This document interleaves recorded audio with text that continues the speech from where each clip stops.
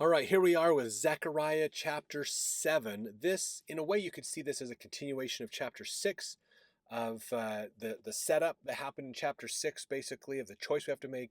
This is kind of a response type idea on chapter 7, if we look at this. Now, here, let's start in verse 1. And it came to pass in the 4th year of King Darius that the word of the Lord came unto Zechariah in the 4th day of the 9th month, even in Chislew. Now, let's pause for a second here, okay? This is in the 4th year of King Darius. Most of the last visions we've talked about, the last reference we had of time was the 2nd year of King Darius. So there's about a 2-year difference between most of the previous chapters and this one. So just realize that now that we have another time reference, 2 years have passed, basically. Verse 2, when they had sent unto the house of God Sherezer and Regem-Melech and their men to pray before the Lord. So these are 2 people named plus a group following them that went to the temple to pray. Verse 3, and to speak unto the priests which were in the house of the Lord of hosts, and to the prophets, saying, should I weep in the 5th month, separating myself as I have done these so many years? So they're asking a ritual question here of I've done these traditions in the past. Should I do this again? Basically. Verse 4, then came the word of the Lord of hosts unto me, saying, so Zechariah is probably one of the men that they came to going, hey, should we keep doing this? And then Zechariah's getting a revelation to return to them, basically. Now this is what's interesting here. In fact, in Frederick Carl Eiselen's book, the Abingdon Bible Commentary, he said, Zechariah's answer, which is intended to reach the ears of all the people, is of special significance when we remember his profound interest in the temple. It shows that he, like the former, i.e. the pre-exiles, prophets, so forth, cared infinitely more for righteousness than for ritual. Their fastings, he reminds them, like their eating and drinking, did not in any way affect God, but only themselves. That's what they're asking here. Verse 3, should I weep in the 5th month and separate myself? Should I do these fasts? Should I do these things like I've always done? Okay. I like this idea of thinking, should I keep paying my tithing? Is a way to think about this. Okay. His demand, voiced by those prophets, was for something very different, for true justice, kindness and pity in their social relationships, and for the temper which would scorn to exploit the defenseless members of society or to harbor malicious designs against them. So it's saying, realize, okay, just like you're paying tithing, God doesn't need your money. He has no need for money. He controls all the elements of the earth. He can do whatever he wants. But you have need of giving it up. Okay, it's about you changing. That's why they do these things, is not to give God something, but so that they can change. That's one of the differences when we look at like idolatry. Usually they're giving something for God. They believe God is going to take that. Whereas the true worship of God is you sacrifice, not because God needs it, but because you need to sacrifice. It's you, the giver, not the object that you're giving, is the important part. So going along with this, he says the prophetic law, i.e. instruction, though it had been mediated by the divine spirit, they had willfully rejected, turning a stubborn shoulder like an animal that refuses to bear the yoke, with the result that Jehovah was indignant, scattered them among strange nations, and abandoned their lovely land to desolation. So that's why, again, they weren't keeping the covenant. If you think of Isaiah, they weren't following that. They broke the covenant. That's the problem.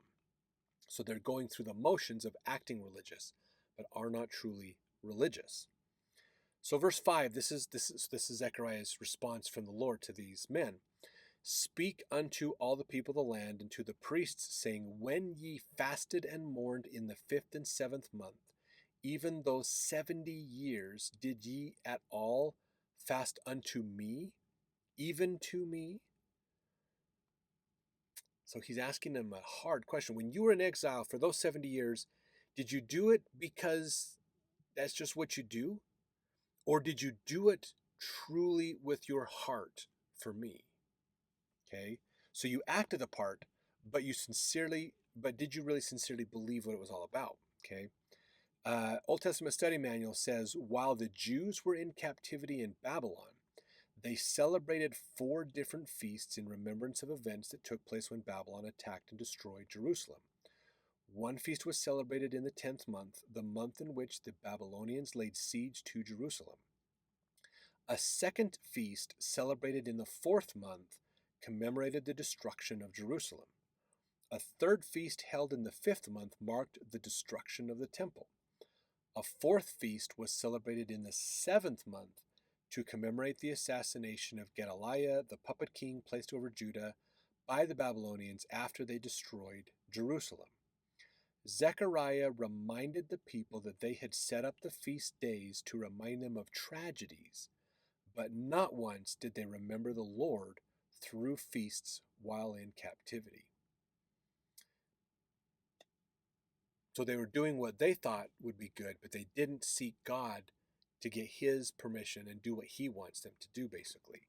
They're following the wrong feasts, following the wrong things, basically. That's the problem that they're having, basically. They're doing what they think is good to make these feasts and commemorate, because that's what they do as Jews. You make a feast and you commemorate amazing, crazy things in history, like the release from exile, Passover, those kinds of things, Hanukkah and other things. So they made a bunch of feasts to commemorate things, but they forgot that just because you make a bunch of feasts to commemorate things, if it's not the Spirit in it, it's not going to work. You need God in it. It needs to be a feast to God.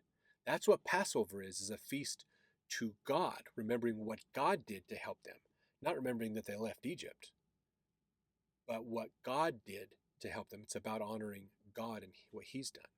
That's the distinction. That's the problem that they had in doing this. So continuing on, he says in verse 6, and when did ye eat, and when ye did eat, and when ye did drink, did not ye eat for yourselves and drink for yourselves? Should ye not hear the words which the Lord hath cried by the former prophets, when Jerusalem was inhabited and in prosperity, and the cities thereof round about her, when men inhabited the south and the plain? So again, those questions, are you truly doing it, or are you just acting religious? That's a problem. You guys have been acting religious. He's trying to help you to see that. Now, verse 8, he says, and the word of the Lord came unto Zechariah, saying, so this is another message from God, thus speaketh the Lord of hosts, saying, execute true judgment, and show mercy and compassions every man to his brother. And oppress not the widow, nor the fatherless, the stranger, nor the poor, and let none of you imagine evil against his brother in your heart.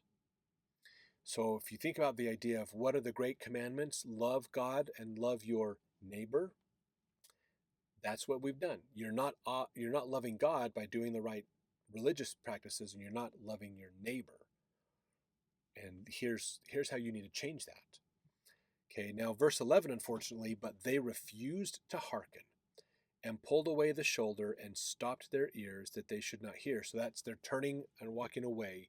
They're leaving because they don't like what they hear, basically. They wouldn't change. Only the guilty get offended, and they're offended. Verse 12, yea, they made their hearts as an adamant stone, lest they should hear the law and the words which the Lord of hosts has sent in his spirit by the former prophets. Therefore came a great wrath from the Lord of hosts. So remember that idea of the valley of decision? They're now having a contrast. What they're doing is not right, and they're being told it's not right, and they need to repent. There's a decision. They chose not to repent, and thus judgment will come upon them. Verse 13, let's see. Therefore it is come to pass as he cried, and they would not hear, so they cried, and I would not hear, saith the Lord of hosts. Verse 13 is karma, basically, if you think about it, that the more modern version of karma, I should say. God cried to them to get them to repent, and they wouldn't listen. So when they have a hard time and they cry to God, he's not there to listen. They walked away from him. If they want his help, they need to walk back to him, basically. Verse 14, but I scattered them with a whirlwind among all the nations, whom they knew not. Thus the land was desolate after them, that no man passed through nor returned, for they laid the pleasant land desolate. So this is again showing they had a chance of changing this, and because they're not, they all got scattered. They all left, and Jerusalem was destroyed. So that's why they got scattered. Let's not make those same mistakes again, basically. So let's jump over to our next chapters. We continue through Zechariah.